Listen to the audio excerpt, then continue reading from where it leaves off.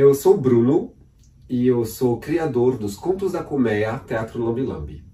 E com esse vídeo eu vou apresentar um pouco mais sobre o processo de criação do espetáculo Só Existe Uma Jornada. Esse espetáculo ele foi criado durante uma formação organizada por uma companhia argentina, La Máscara Teatro, em parceria com uma universidade, a Universidade Nacional del Chaco Austral, e com coordenação da Gabriela Céspedes, que é bem conhecido no mundo do Teatro Lambi-Lambi. Na criação desse espetáculo, eu fui guiado por uma necessidade e uma vontade.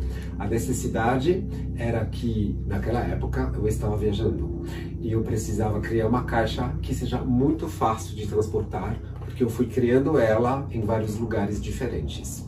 E a vontade que me guiou era a vontade de criar uma relação um pouco diferente com o público, a possibilidade de eu sentar lado a lado com o espectador para compartilhar com ele essa jornada.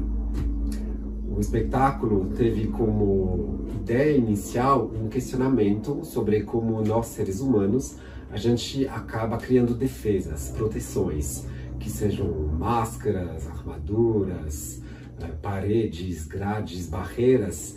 A gente vai criando todas essas camadas de proteção e às vezes a gente acaba perdido, sozinho, de uma certa forma, envolto com todas essas camadas de proteção.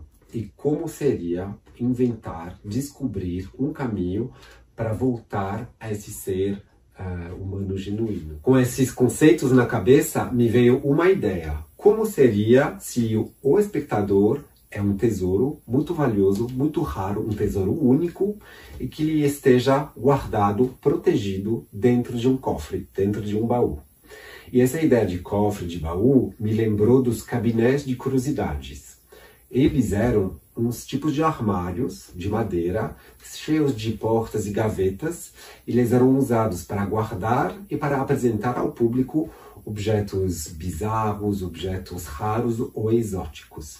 Então eu fiz uma pesquisa sobre esses cabinés de curiosidades e encontrei uma infinidade de possibilidades para a construção desse teatro Lambi-Lambi.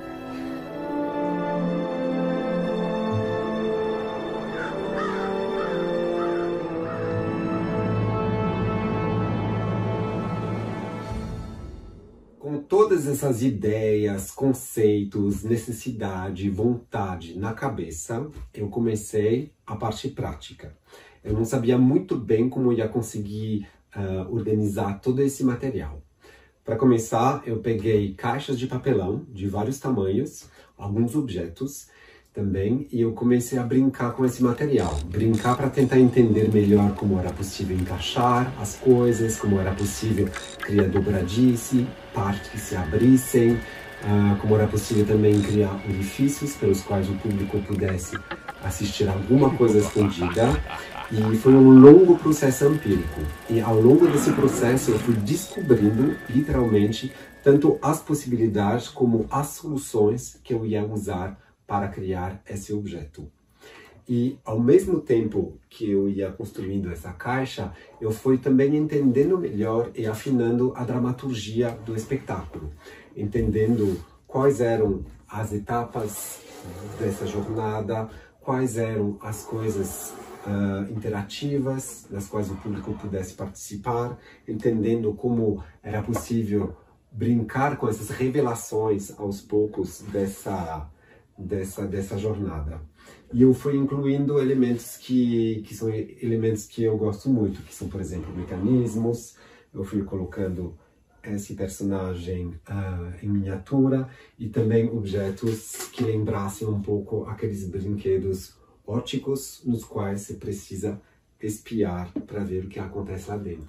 Ao longo do processo de criação desse espetáculo, eu tenho a sensação que essa caixa, de uma certa forma, ela realmente foi se revelando para mim, da mesma forma que ela revela para o espectador que ele é este tesouro raro e precioso.